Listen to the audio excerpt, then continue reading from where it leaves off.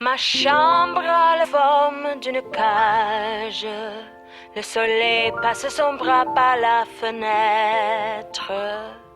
Les chasseurs à ma porte comme les petits soldats qui veulent me prendre. Je ne veux pas travailler, je ne veux pas déjeuner, je veux seulement oublier et puis je fume. Déjà j'ai connu le parfum de l'amour. Un million de roses n'embaumerait pas autant. Maintenant une seule fleur dans mes entourages. Você está lá. Há aquela luz à sua volta. E sei, mas não sei porque sei, que trata-se de um espaço aberto, como a plataforma de uma estação. Perto de você há vultos menores, quadrados, retangulares. Parecem malas, bagagens. Sei que são objetos, porque não se movem, enquanto você às vezes dá alguns passos. Abre ou estende os braços. Imagine então assim. Você é alguém que vai viajar para longe, ao amanhecer. Eu conheci o Caio nos anos 70, início dos anos 70, meados dos anos 70, ele tinha muito cabelo, usava o cabelo. Era muito bonito ele tinha magro, atleta, usava os cabelos longos, tinha uma barba imensa. Parecia assim um pouco de Jesus Cristo, Che Guevara. Depois ele foi perdendo os cabelos e foi ficando meio carequinho aí, cortou o cabelo curto. Ele era alto, né? Magro, alto. Era muito interessante como homem, assim. Eu achava ele o Arthur Miller. Brincava, vai o Arthur Miller, eu sou a Marilyn Monroe. Ele era um príncipe, né? Mas ele era um príncipe que tinha alma também adolescente, juvenil, como todo mundo teve. Né, de escrever poemas de amor, de fazer desenhinhos, né, de bordar purpurinas. O que me assustava no Caio era justamente aquela postura que ele tinha, que ficava entre a depressão e uma pose que a mim parecia às vezes meio snob, meio...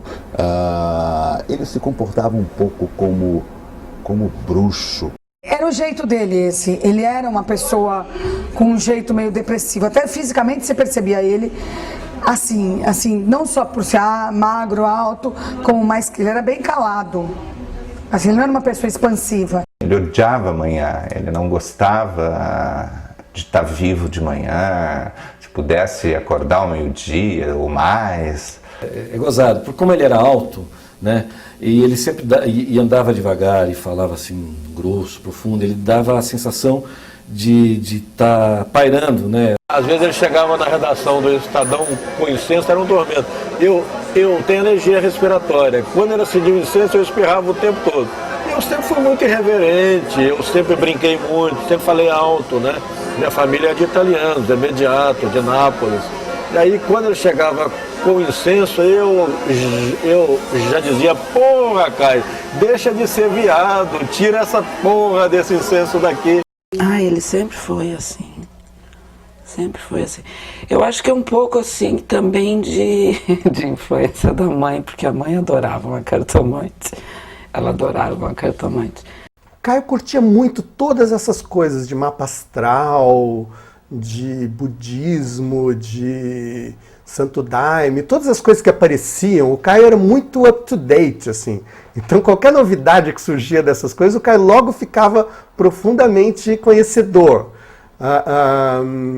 E algumas coisas ele realmente acreditava e era muito bom. Essa coisa de mapa astral, ele era muito bom. Ele falava coisas realmente muito cabíveis.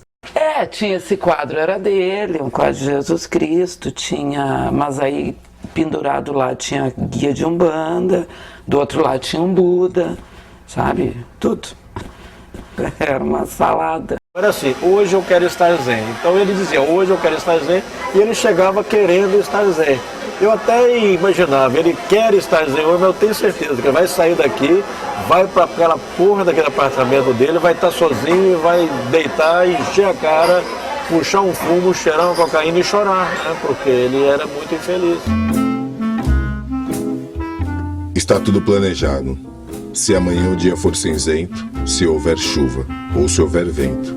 Se eu estiver cansado dessa antiga melancolia, cinza, fria, sobre as coisas conhecidas pela casa, a mesa posta e gasta. Está tudo planejado. Apago as luzes no escuro e abro o gás definitivamente. Ou então, visto minhas calças vermelhas e procuro uma festa onde possa dançar rock and roll até cair. O Caio foi muito gótico, ele foi precursor dos góticos, entendeu? Porque essa coisa meio soturna dele, né? Ele sempre tinha, assim, quando o Caio estava na fase soturna, ele era absolutamente gótico. E aí eu veria o Caio lá no cemitério da doutora Arnaldo, sim, à meia-noite, entendeu? Talvez com uma vela na mão, sabe? E lendo um livro, né? Ou anotando alguma coisa, né? Hoje talvez ele fosse definido como um bipolar, não sei, mas acho que não era, porque ele lidava muito bem com a frustração, com a depressão, trabalhando. O Caio trabalhava muito, ele era fissurado. Eu não sei se era depressivo ou se era aquela coisa de ter que escrever, né? Tem que escrever, tem que fazer o meu trabalho. Eu não sei se era depressivo. Se ele era depressivo, ele não era sempre depressivo, porque ele tinha umas fases muito boas, assim, que a gente ria muito. Ele tinha um bom humor extraordinário também. Não se fala tanto disso como se fala dessa depressão.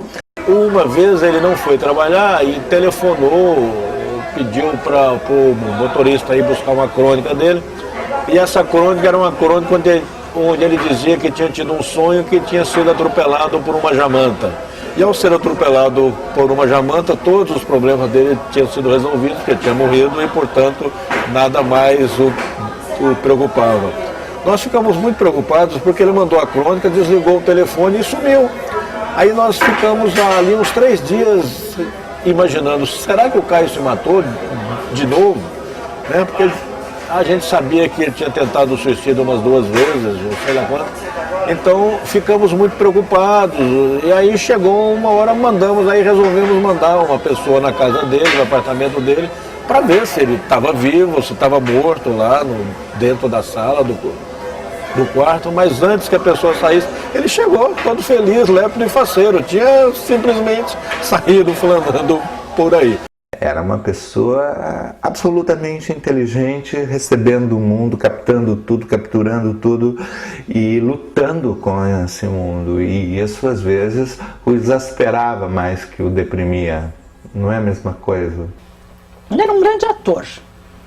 Não é que o Lado Dark era só fantasia, ele era aquilo também. Mas ele era uma pessoa altíssimo astral de conviver, de uma simplicidade maravilhosa. Gostava de seu arroz integral, se vestia de branco na sexta-feira, arrumava a casa, botava flores, tinha um chum de frente. E eu tinha maior simpatia pela figura do Caio e tenho maior simpatia pela literatura dele. Mas talvez o Caio tenha sido ainda maior personagem do que escritor. Entendeu? Ele tinha uma necessidade muito clara de atuar. De usar máscaras, de impressionar as pessoas. Ele era aquele... Tem pessoas que são super deprimidas, mas ficam na sua. O Caio exibia essa sua depressão dele quase como se fosse um título de nobreza, né? Aí certamente ainda influenciado por ideias românticas, que é surpreendente que um cara no final do século XX tenha, entendeu? De que o escritor tem que ser aquele sofredor, tem que ser aquele cara pesado, tem que ter uma visão desesperançada da vida para então poder escrever. Eu acho que também a vida dele, pessoal, era muito complicada. Ele era uma pessoa muito marginal, Caio, e ele fazia questão de ser. E acho que São Paulo é uma cidade que oferece essa possibilidade de você ter uma vida própria, sem ninguém dar satisfação para ninguém. Um belo dia estou eu andando na Paulista, não vi o Caio, foi um ano antes de publicar o Morangos Mofados, que foi em 83, 82 isso. Eu estava saindo da Livraria Cultura, na Avenida Paulista, eu estava indo na direção de um ponto de ônibus. Eu vejo uma pessoa magra vindo assim longe, andando assim levemente. E eu falei, gente, parece o Caio. E aí depois foi chegando perto, ele estava com um sapato plataforma, uma calça Saint-Tropez, com uma blusinha quase que um bustier, com o umbigo de fora. E estava de brinco, cabelo muito curtinho e eu acho que estava até de batom. Quando ele foi chegando perto, eu disse, gente, mas é o Caio. E quando eu vi, eu falei, Caio, é você? Ele falou, sou eu.